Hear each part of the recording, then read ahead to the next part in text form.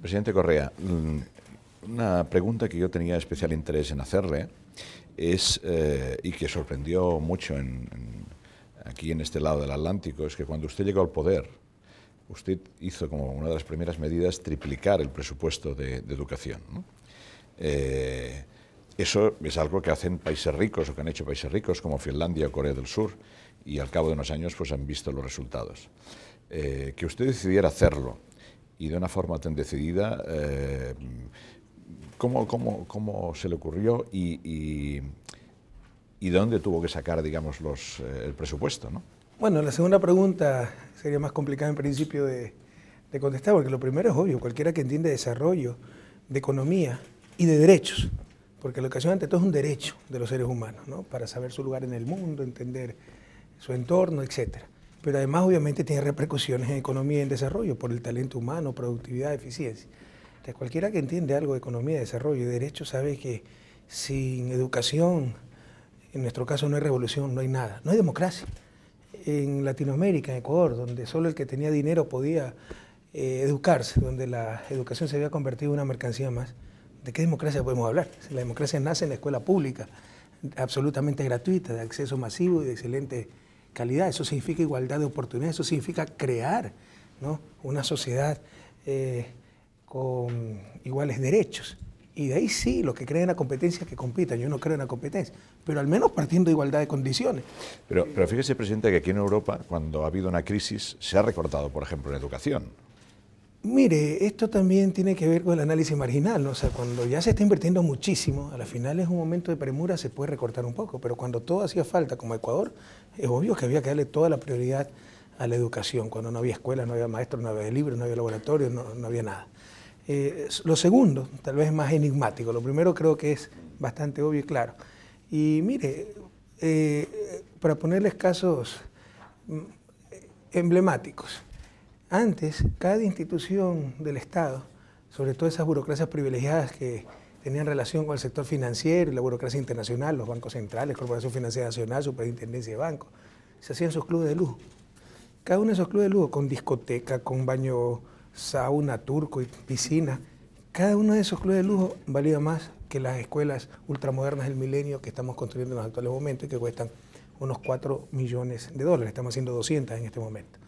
Y bueno, obviamente esto es solo para reflejar cómo tal vez hacía falta recursos, pero los pocos recursos que teníamos estaban pésimamente asignados, porque por lo menos había una treintena de esos clubes de lujo y con eso pudieron construir 30 escuelas del milenio hace muchos años. Pero obviamente se requiere mucho más, no solo es infraestructura, es mejor sueldo para los maestros, es haber eliminado cobros que se hacían ilegales en las escuelas, es dar incentivos para que los chicos vayan a la escuela, aumente la tasa de escolaridad como libros gratis, uniformes gratis, desayuno, etc. ¿Y de dónde han venido esos recursos que nos han permitido multiplicar por más de 4 veces el presupuesto de la educación comparado con antes de nuestro gobierno? De 4 fuentes principalmente. Renegociamos muy exitosamente la deuda externa, que hizo que bajara el servicio en el presupuesto 23-24% al 5%. Renegociamos muy exitosamente y muy duramente, nos tomó 3 años, los contratos petroleros. Antes eran contratos de participación por cada barril que extraían las compañías. Nos daban 5 o 6 dólares, porque se negociaron en los años 90 cuando el precio del petróleo era 16 dólares, 20 dólares el barril. Subió el precio del petróleo a 60 dólares el barril y nos siguen dando 4 o 5 dólares. Ahora es exactamente lo contrario. Son contratos de prestación de servicio, le pagamos a la compañía 10, 12 dólares por barril y así cueste 20, 200, 2000, el resto es para el dueño del recurso, que es el pueblo ecuatoriano. Tercero, hemos triplicado la recaudación de impuestos, triplicado, y no aumentando impuestos. De hecho, hemos eliminado o reducido muchos impuestos, ¿no? El impuesto a la renta para corporaciones se ha bajado de 25 a 22%, se eliminaron los impuestos a las telecomunicaciones, etc. Es por eficiencia en la recaudación y lucha anticorrupción, se ha triplicado. Eso es algo sin precedentes en América Latina. Una triplicación de la recaudación financiera y subida de la presión fiscal de 11 al 15% en tan pocos años. Y cuarto, con honestidad y transparencia. Por ejemplo, tenemos compras públicas que al año suman 5.000, 6.000 millones de dólares. Antes se hacían vis a vis, frente a frente, habían coimas sobre precios. Toda licitación hay un precio de base, el ganador era una oferta, la ganadora era una oferta con 20, 30% más allá del precio de base. Ahora todo es electrónico, con subasta inversa. Los ciudadanos pueden seguir en tiempo real cómo van ofertando las diferentes empresas. No hay contacto entre comprador y vendedor.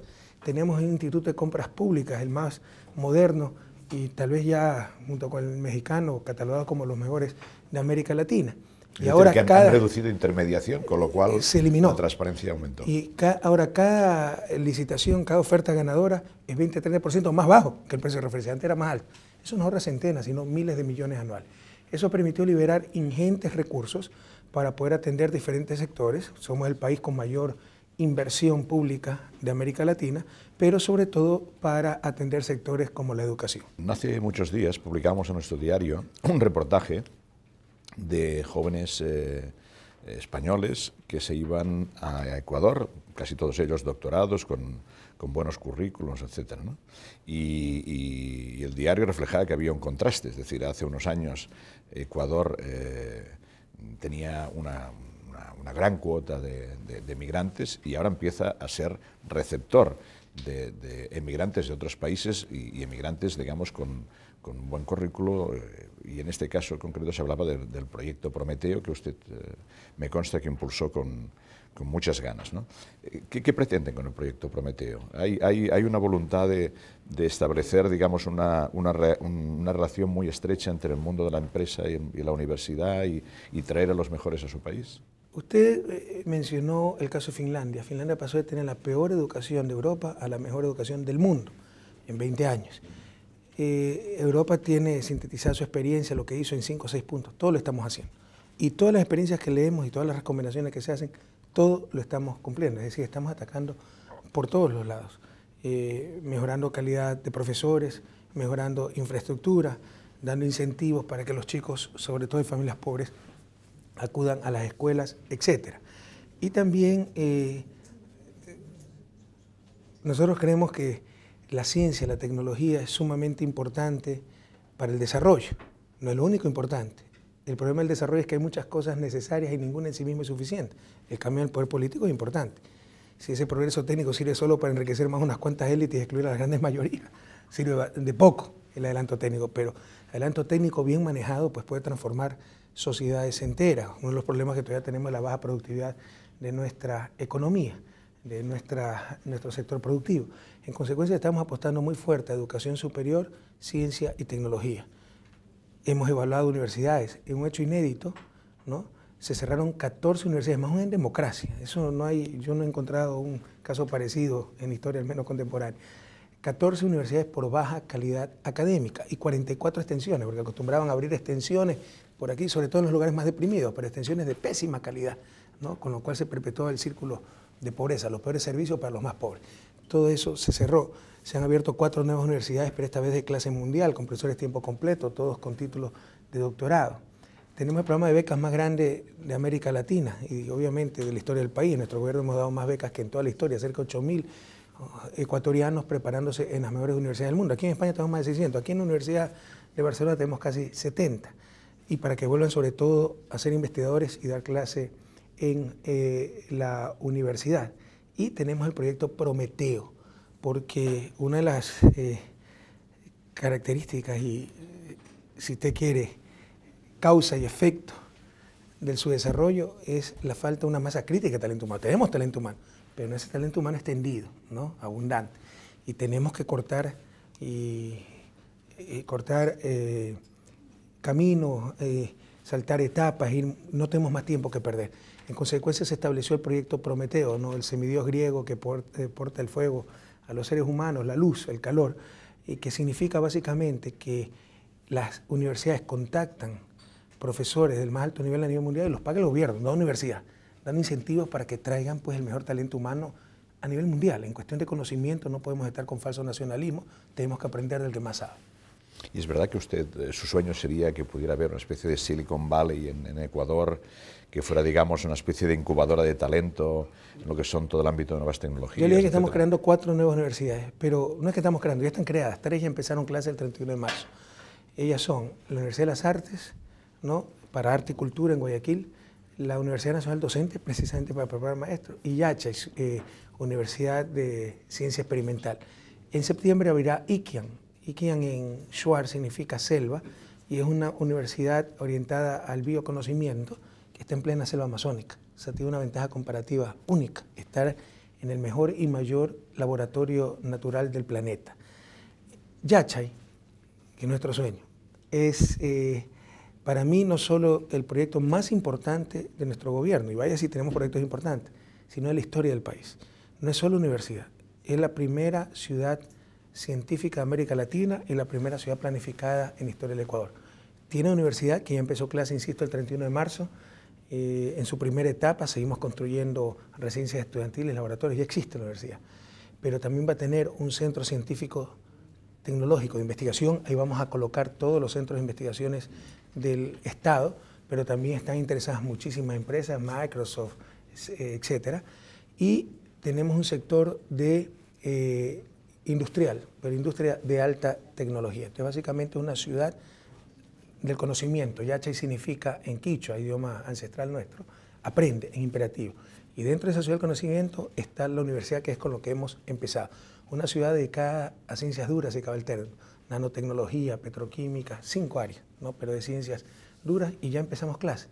Y le insisto, para nosotros ese es un sueño que empieza a ser realidad y clave para el futuro, porque gran parte del futuro, no todo, pero gran parte del futuro está en la ciencia y la tecnología.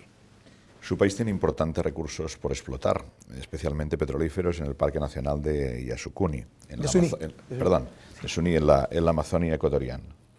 Usted era contrario en principio, parecía que era contrario a su explotación, y en cambio los estados desarrollados se comprometieron a crear un fondo de compensación, si no tengo mal entendido.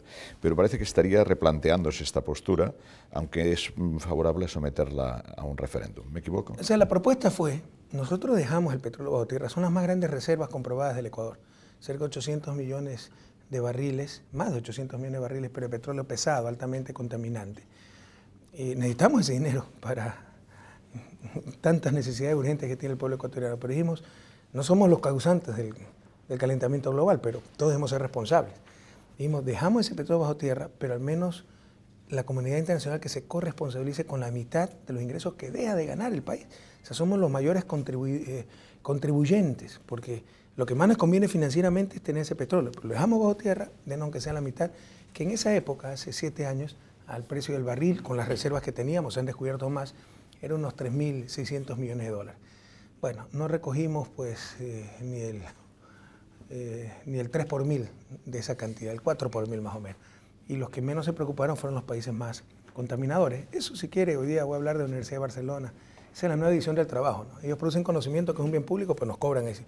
Nosotros producimos otro bien público, que son bienes ambientales, y no nos pagan nada. Eso es solo cuestión de poder. Imagínense si la situación fuera la inversa, si ellos produjeran bienes ambientales y nosotros fuéramos los contaminadores.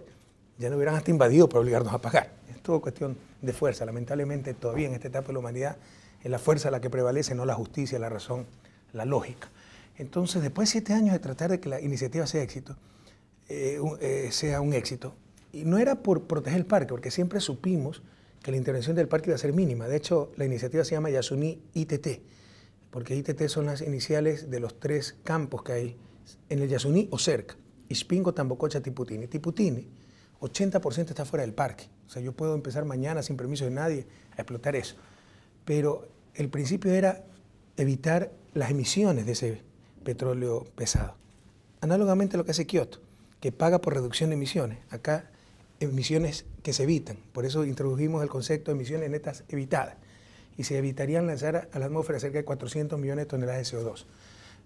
Y por eso se justificaba esa compensación al país en la línea de Kioto. Pero no hubo corresponsabilidad, y en la decisión tal vez más dura de todo mi gobierno, pues tuve en agosto del año pasado que anunciar que con todas las atribuciones constitucionales, que se iba a explotar ese petróleo de Yasuní con las mayores técnicas, las mayores y mejores técnicas de responsabilidad ambiental y social. Y la seguridad del pueblo ecuatoriano está por decreto, que se va a afectar menos del 1 por mil del parque. El parque tiene cerca de 1 millón de hectáreas, se afectará según nuestros cálculos 200 hectáreas, y si las cosas salen mal, 500 hectáreas.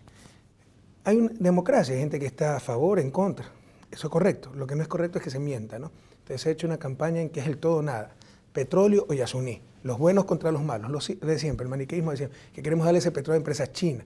El petróleo lo va a explotar nuestra empresa pública, Petroamazonas, y reitero que se afectará menos del 1 por mil del Parque Nacional, Yasuní.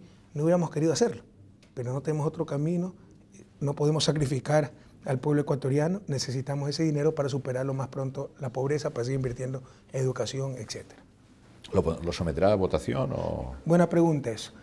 Yo tengo la atribución de llamar a consulta popular y los ciudadanos se reúnen un cierto número de firmas. Hubo un grupo que empezó a reunir firmas que está haciendo una serie de escándalos políticos porque saben que no tienen la firma. Pero yo lo haría si no se hubiera politizado el tema. Entonces la trampa de estos grupos que hoy se ponen a Yasuní, pero se han puesto a todo. A la evaluación de las universidades, a la ley de agua, a todo, porque es politiquero. No todo, o sea, 10% será gente con sana, recta intención, que cree que está defendiendo la naturaleza, pero seguro que el 90% le paso la lista, son los mismos de siempre, ¿no? Los mismos tirapiedras, los que se oponen a todo el tiempo. Entonces es la trampa. Yo ahora, acogiendo la presión de estos grupos, pido una consulta popular. Puedo ganar o perder, yo tengo la confianza de que vamos a ganar. Pero mañana necesitamos reemplazar las cocinas de gas por cocinas eléctricas. Es una barbaridad que el pueblo ecuatoriano utilice como principal combustible el gas licuado de petróleo. También me va a pedir una consulta popular. Y luego, para cada decisión del gobierno, me va a pedir una consulta popular. Esa es la trampa a la que nos quieren llevar y no vamos a caer en esa trampa. Usted llegó al poder con el concepto de la revolución ciudadana. ¿Usted cree que el ciudadano ha interiorizado la necesidad de que tenga un mayor protagonismo, un mayor compromiso a la hora de gestionar los bienes públicos? El país ha cambiado totalmente y creo que muchas cosas no habrá marcha atrás, pero muchas cosas todavía son reversibles. Y aquí, con todo respeto, ¿no? Y yo he vivido en Europa, conozco la prensa europea, vivo en Estados Unidos, conozco la prensa estadounidense, la prensa europea es mucho mejor que la estadounidense, pero incluso con toda la deficiencia de la prensa estadounidense, todavía es infinitamente mejor que la prensa latinoamericana, que ha sido propiedad de unas cuantas familias, oligopolios de la extrema derecha, para manipular la verdad, etc. Entonces, todavía esos medios de comunicación y las élites propietarias de esos medios de comunicación tienen capacidad de manipular a nuestra gente y de hacer incluso que voten contra su propio bienestar, sus propios intereses, que añoren el pasado, porque la gente ecuatoriana y latinoamericana es muy generosa y eso nos lleva a tener memoria frágil, ¿no? Que añoren el pasado, que cualquier tiempo pasado fue mejor. Entonces, en ese sentido todavía hay que construir conciencia política, conciencia ciudadana para jamás volver a ese pasado. Usted es un hombre que tiene una gran popularidad. Todas las encuestas le dan, digamos, después de 7 años que ha tenido muy poco desgaste, políticamente hablando, ¿no? Cuando aquí en Europa, digamos, esto no sucede nunca. Es decir, el desgaste de los políticos es muy rápido. Sin embargo, usted no tuvo el mejor de los resultados en las municipales. ¿A qué obedeció eso? Claro, nos hubiera gustado tener mejores resultados, pero hemos ganado y de largo, ¿no? O sea, nuestro movimiento político le lleva 2-1 al que nos sigue en votación. Pero mire, esto nos enseñó, son las primeras elecciones, si quiere en términos futbolísticos. Estamos acostumbrados a ganar 5-0. Lo peor es que ellos están acostumbrados a perder 5-0. La última vez les ganamos 3-2, entonces se creen que triunfaron. Bien por ellos, ¿no? Y de todo modo esto nos sirve para aprender muchas lecciones y de muchos errores que cometimos. Por ejemplo, son las primeras elecciones solo locales, sin elecciones nacionales. En el 2009 tuvimos también elecciones seccionales. Hemos mejorado con respecto a las seccionales del 2009. Pero había la elección nacional de presidente, asambleístas, y ganamos en ciudades muy importantes como Quito, Cuenca, etc. Ahora no hubo esa candidatura nacional. Entonces se evidenciaron muchas fallas de nuestro movimiento político, muchas fallas en la campaña. Es decir, todavía nos falta consolidar la organización política. En el terreno, ya las fuerzas, todos se unieron contra nosotros, esas fuerzas vencieron muchas veces, más por errores nuestros que por aciertos de ellos. El proceso ecuatoriano fue un proceso muy sui generis. A diferencia del venezolano, Chávez en el 92 me parece que empieza a crear el movimiento Quinta República y llega al poder 6 años después con un movimiento consolidado, además con la experiencia militar, ¿no? En organización, etc. Ni qué decir, pues Cristina Fernández, Néstor Kirchner, el justicialismo, 70 años en Argentina, Evo Morales, esa experiencia centenaria boliviana de organizaciones sociales, de ahí viene, ya con una estructura de base, con organización, Evo Morales. Lo nuestro fue prácticamente un movimiento espontáneo de la ciudadanía. Llegamos al gobierno sin tener esa organización política y no tenemos experiencia, no somos políticos de siempre. Somos ciudadanos que hemos asumido esta responsabilidad. Entonces, en los 7 años hemos tratado de consolidar esa organización política y las últimas elecciones nos demostraron que todavía hay mucha falencia. Por eso, a mi regreso al país, el 1 de mayo, tenemos la tercera convención de Alianza País y ahí vamos a hacer algunos correctivos. Sin embargo, no hay que sobredimensionar lo que pasó el 23 de febrero, a excepción de Quito, que por ser capital es emblemática y sí hay un riesgo. Ganó la derecha y derecha con conexiones internacionales. La realidad es que la receta básica de todos los estrategas de campaña eran: no hables mal del gobierno, hay que apoyar al gobierno porque el apoyo al gobierno es sumamente grande. Es decir, las votaciones seccionales en Ecuador no son votaciones ideológicas, son por la persona. Por ejemplo, en Quito perdimos la alcaldía, pero ganamos mayoría en el Consejo Municipal. Y así en Cuenca, en Portoviejo, en Manta, en las más grandes ciudades del país. Pero se votaba mucho por la persona y tal vez esa fue una de nuestras fallas, no elegimos a los mejores candidatos. Usted tiene un programa semanal en televisión que transmite en varias cadenas. ¿Cree que la televisión le acerca a los ciudadanos? ¿Cómo se prepara sus intervenciones? ¿Va con un guión? Con mucho esfuerzo. Es que es increíble, si algún día pregúntele, ¿qué tal la segunda, pobre? Tiene mucho mérito, digamos, encontrar un tema cada semana y desarrollarlo. Créame que una vez nos reunimos una de la mañana horas. En principio tenemos 2 reuniones para prepararnos, lo más rápidamente posible, una el jueves y otra final de media hora, 40 minutos los días viernes. Pero unas veces cuando estamos en visita, en gabinete, itinerantes, es decir, en diferentes rincones del país, nos toca reunirnos 12 de la noche, 1 de la mañana y completar como podemos la producción. Pero mucho también es improvisado, es básicamente la agenda de lo que he hecho, como conozco mis actividades, pues manejo bien la explicación y voy describiendo al pueblo ecuatoriano lo que hemos hecho para cumplir el mandato que nos dieran las urnas, pero también hay secciones, puntos de interés, puntos varios.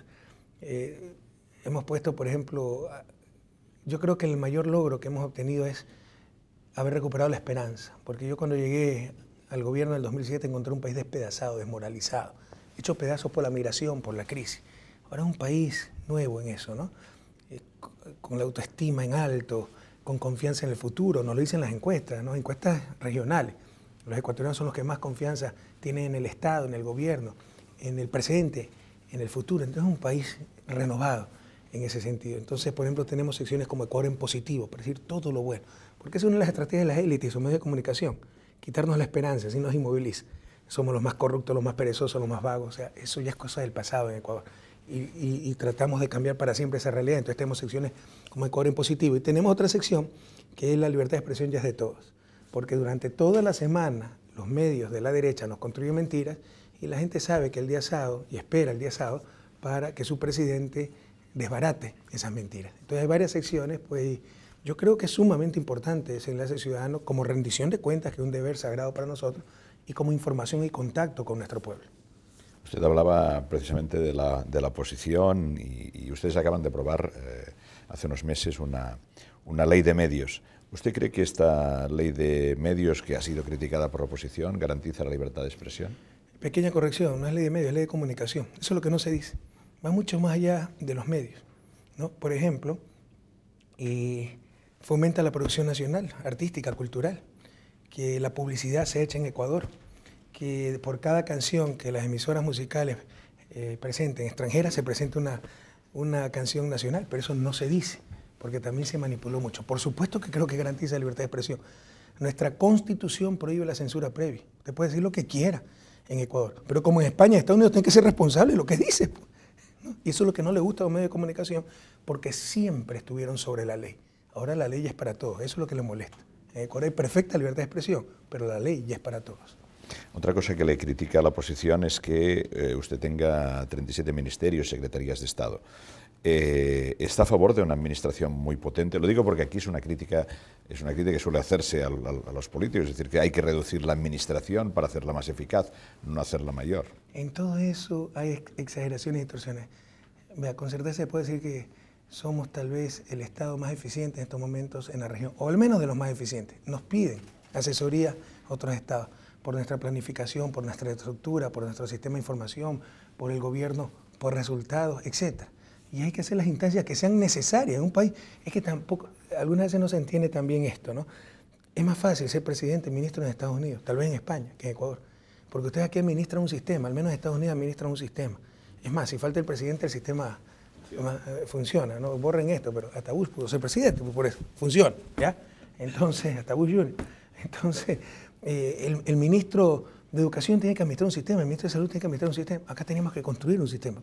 no teníamos hospitales, no teníamos escuelas, etc. Entonces hay que hacer las instancias que sean necesarias. Pero además es, por decir lo menos, inexacto lo que están diciendo, porque el ministerio habrá 17, 18.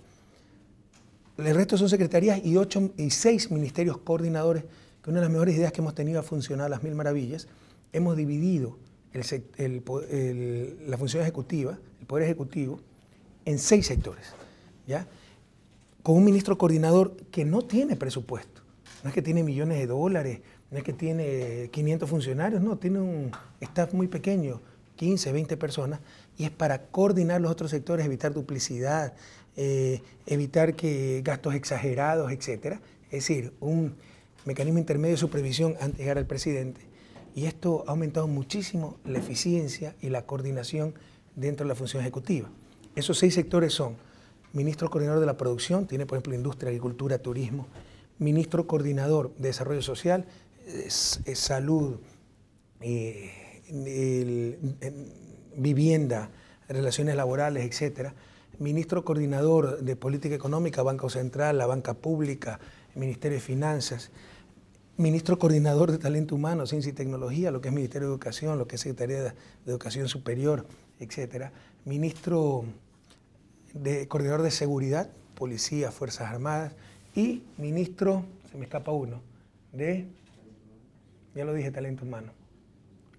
Tenemos a producción de sectores estratégicos, que es clave también. Esto básicamente lo que son recursos naturales no renovables, más telecomunicaciones, agua, etc. Y ha dado resultados maravillosos, pero son 6 ministerios. De la cifra que usted dice, que hay que ver si es la correcta, no, yo sé que se la dieron, pero hay que verificar aquello. 6 son ministros sin cartera, ministros coordinadores. Es decir, que no incrementan gasto público, no incrementan burocracia y que han dado un resultado extraordinario. Usted sabe que aquí en Europa preocupa mucho la corrupción, es decir, hay incluso la sensación de que es una de las amenazas más claras que puede tener el sistema democrático. Usted antes hablaba de que ha intentado, digamos, una mayor transparencia en todo lo que son los procesos de concesiones, etcétera. ¿Qué otras medidas ha adoptado su gobierno para luchar contra la corrupción, que en el pasado pues había tenido un peso específico importante? Pero mire, mi querido Mario, para que vea, ¿no? Y que siempre esté atento a la información que le dan ciertos opositores, porque una verdad media es doble mentira, ¿no? Hemos creado 24 instituciones, hemos eliminado 59. Pero antes no eran noticias por las 59 que habían, ahora sí son noticias las 24 para ver si le hacen daño al gobierno. Y se han transformado 73, o sea, tenemos un proceso de transformación y modernización del Estado sin precedentes en Ecuador y probablemente en la región, insisto. De la experiencia ecuatoriana están aprendiendo otros países que nos piden asesoría. Mira, lucha contra la corrupción, los principios éticos son fundamentales para nosotros. Le puedo decir que es de los gobiernos más transparentes y honestos de la historia de Ecuador. Ahí tiene el ejemplo de compras públicas. Pero ¿cómo yo voy a evitar que de repente el asesor de un ministro pida una coima? O por ahí un pillastre falsifique un título. Y de eso hacen escándalos. Vea de lo que tratan de acusar al gobierno, los escándalos de estos 7 años. Que un primo en segundo grado del presidente falsificó su título. Que en el 2007 el asesor del ministro lo pescaron destruyendo cheques, ¿no? No tienen de qué acusarnos, porque obviamente yo no le puedo garantizar la transparencia en todos los niveles del gobierno, pero sí se la puedo garantizar en los colaboradores más cercanos a nuestro gobierno y sobre todo que jamás se tolerará ningún caso de corrupción que llegue a nuestro conocimiento. Tenemos una política muy clara de honestidad, transparencia, se están eliminando trámites, que era una forma de poner obstáculos para vender facilidades. Aquí los consulados, ahora son consulados virtuales, gran parte, la mayoría de los trámites se pueden hacer en línea. El principio es, si no tiene que haber trámites, que no lo haya. Si tiene que haber, que sea por internet. Si algo tiene que moverse, que no sea la persona, sino los documentos por correo. Y que ya la excepción de las excepciones es que la persona tenga que ir personalmente. Entonces, con todos estos sistemas tecnológicos, con toda esta eliminación de trámites, modernización, etcétera, ha disminuido grandemente la corrupción en el país. En el sector público, sobre todo. También existe corrupción en el sector privado. Por cierto, hablando de vecinos, ¿usted sigue defendiendo a Nicolás Maduro, que parece que tiene dificultades en estos momentos para llevar adelante el país? Mire, nos conocemos de memoria esas estrategias. Por favor, no caigan en el engaño, verifique. Con lo de Yasuní, se llamaron a protesta. Creo que fueron 600 personas. Probablemente 300, 400 gente bien intencionada, con recta intención, que piensa que va a defender la naturaleza. pero hay gente violenta que fue a generar incidentes. Esa es la estrategia, generar incidentes, generar incidentes, hasta que reaccione, alguien pierde el control. Ahí está, gobierno represor. No hay libertad de expresión, se criminaliza protesta social. Con esas marchas pacíficas, 4 policías fueron al hospital. Eso no lo sacó la prensa. 4 policías al hospital, no lo sacó la prensa. Seguramente ellos mismos se dieron palo, ¿no? Pero un policía perdió la cabeza y él practicaba, ¿cómo se llama esto? Paintball, ¿no? Esas guerras de... Y había llevado, con mucha falta de profesionalidad, pues de profesionalismo, fue sancionado ese policía, su escopeta de paintball y disparó a algunos manifestantes. Represión sangrienta, brutal, y salían los chicos golpeados, moreteados. Entonces, esa es la estrategia, provocar, generar incidentes, para que se pierda el control. Si hay 40.000 policías, no se puede garantizar que todos sean profesionales, ¿no? Y ahí sí, entonces, tratar de desgastar al gobierno. Ayer tenía 3.000 personas, ¿cómo se llama el auditorio donde fuimos? ¿Ah? Mares. 3.000 personas. Se paró un malcriado, que salven al Yasuní, que no se puede regresar a Ecuador, ¿no? Lo mismo de siempre, que tienen sus contactos. 1 en 3.000. Esa es la noticia. Y esperan a que alguien pierda la cabeza. De hecho, quiso generar incidentes, ¿no? Empujó a la seguridad, provocaba. Entonces, para que alguien pierda la cabeza, le dé un golpe, ahí está, represión brutal, no hay libertad de expresión, correa dictadura, etc. Nos conocemos en memoria ese libreto. Lo mismo está pasando en Venezuela. No caigan en la trampa. Las manifestaciones no han sido pacíficas. Probablemente ha habido mucha gente pacífica, con recta intención participando. Pero ha habido también de los violentos. Al menos la mitad de las muertes viene de los manifestantes. ¿Qué quieren que se haga si miles de personas marchan al Palacio Presidencial? ¿Qué hay que hacer? Ponerse a cantar villancicos. ¿Qué hay que hacer? Entonces provocan, generan incidentes y en base de eso pues crean un entorno, un ambiente de represión, de pura violencia, etc. Pero yo le puedo garantizar que el gobierno de Nicolás Maduro, y sobre todo Nicolás Maduro, no es una persona violenta, es una persona que respeta los derechos humanos, y la violencia ha venido no de todos los manifestantes, pero sí de una parte de esos manifestantes, sin que esto excluya que probablemente alguien de la fuerza pública perdió la paciencia, perdió el control, etc. Pero ¿cómo se puede garantizar aquello? Hablemos de España. ¿Cuál es el estado de las relaciones en estos momentos con España? Excelente. ¿Y qué papel ocupa como inversor nuestro país? Como inversor, ¿qué papel ocupa nuestro país? En primer lugar, pues relaciones con España están en un extraordinario momento. Queremos mucho a España, le estamos muy agradecidos por haber acogido a nuestros migrantes después de la crisis del 99, y ahora están viniendo muchos españoles a vivir al Ecuador y obviamente los recibimos y recibiremos con los brazos abiertos. Nosotros no mercantilizamos las relaciones bilaterales, ¿no? España es mucho más que comercio para nosotros, es historia, es cooperación, es ascendencia. En todo caso, es claro que el comercio también es importante, las inversiones, y hay importantes inversiones españolas a las que le va muy bien, a todas les va muy bien en Ecuador, empezando por ejemplo por Telefónica. ¿Y cómo se ve desde el Ecuador la situación económica española y los problemas territoriales que hay aquí en España? Por ejemplo, el caso de Cataluña. La crisis económica con preocupación, ¿no? No solo española, sino europea. Nosotros somos expertos en crisis porque las hemos sufrido todas. Vimos con preocupación que Europa comete los mismos errores que nosotros cometimos. ¿Por qué? Porque la explicación está sobre todo que el problema no es técnico, es político. A quién se quiere proteger, sobre quién se quiere hacer recaer el peso de la crisis, etcétera, ¿no? Y vemos con mucho respeto que aquí se está protegiendo es al capital financiero más que a los ciudadanos. En el caso particular de España, sí nos golpea más directamente, porque decenas de miles de nuestros compatriotas están inmersos en esta crisis, en este problema, en el problema de las hipotecas, en el problema de los desahucios. Entonces le estamos dando todo el respaldo posible en cuanto a ayuda legal, etcétera, pero obviamente es limitado lo que podemos hacer porque respetamos muchísimo la soberanía española. Pero sí tengo que decir, ¿no?, que es un error técnico practicar desahucio, es una crisis sistémica. Que la garantía, si es garantía, debe ser garantía para el acreedor, es decir, yo te presto, ¿no? Pones tu casa en garantía, no me puedes pagar, recupero algo retomando la casa. Pero esa es garantía también para el deudor, que en caso de no poder pagar de buena fe, entrega la casa y se extingue la deuda. Aquí, con el desplome de los precios de las viviendas que eran cotizadas por la propia banca, Ellos mismos valoraban la casa para dar el préstamo. Hay gente que acaba debiendo más de lo que vale la propia casa. Daban adicional para el coche, para los muebles, etc. Se desploman los precios de la vivienda. Ahora toman la vivienda, ejecutan la garantía, pero solo por el valor actual. Entonces la gente se queda sin casas y endeudada de por vida. Es una barbaridad, ¿no? Eso, el derecho anglosajón eso no lo permite. O sea, la garantía es dación de pago. Doy la garantía y se extingue la deuda, porque es garantía para el acreedor y para el deudor. Y además que es torpe economía, la inflexibilidad de los bancos nos va a llevar al peor de los mundos. Gente sin casas, gente que necesita casa, familia que necesita casa sin casa y bancos que no necesitan casa repletos de casa. Eso es torpe economía. Entonces hay que buscar otras alternativas, pero bueno, respetamos mucho, insisto, la soberanía española, entendemos las leyes de España, pero esto nos está llevando al peor de los mundos y gran parte de las víctimas son ecuatorianas, ¿no? Con respecto a lo de Cataluña, pues permítame reservarme mi respuesta por respeto a la soberanía de España. Acabamos, usted acudirá el domingo al Vaticano. Sí. ¿Qué opina del Papa Francisco? Un viento de esperanza. Y el discurso nuevo que se está escuchando en Roma, ¿no? Yo soy católico, ¿no? Lo cual no... Usted fue a los salesianos, ¿no?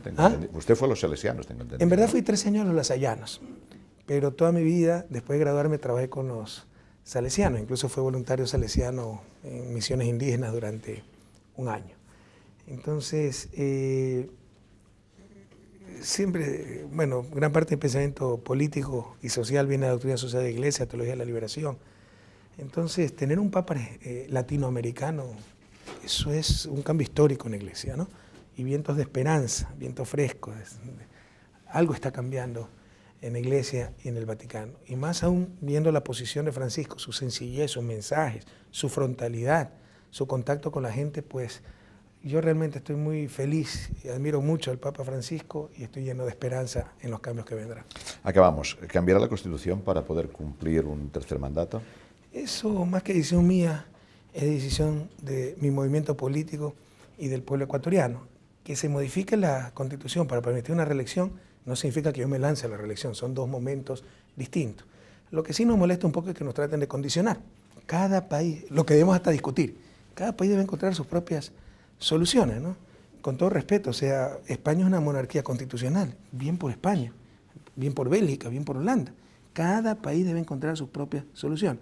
Así, lo que sí molesta un poquito es que nos traen de condicionar hasta qué debemos discutir. Eso no lo vamos a aceptar. Pero tengo la sensación que usted quiere acabar lo que ha empezado. Digamos, un proceso de ¿quién cambio lo de quiere? la sociedad Pero esto va ecuatoriana más allá importante, de legítimas aspiraciones personales. Lo que sí tenemos una inmensa responsabilidad para garantizar que este proceso es irreversible. Y precisamente la elección del 23 de febrero nos enseñaron que por los medios de comunicación, por esa derecha nacional e internacional, las distorsiones, todavía la falta de madurez democrática de parte de nuestra gente, todavía falta para que se recojan los frutos de la revolución educativa, etcétera. Este proceso aún es muy vulnerable. Entiendo que habrá un tercer mandato y que hará lo posible para ganar las elecciones. Nosotros tenemos más de 2/3 en la Asamblea Nacional, lo cual nos permite, por nosotros solos, ¿no? Por nosotros mismos, modificar la Constitución en ese sentido. Pero esto será un amplio debate a nivel nacional y tomaremos la mejor decisión con absoluta responsabilidad. Pues muchas gracias. A ustedes, muchas gracias.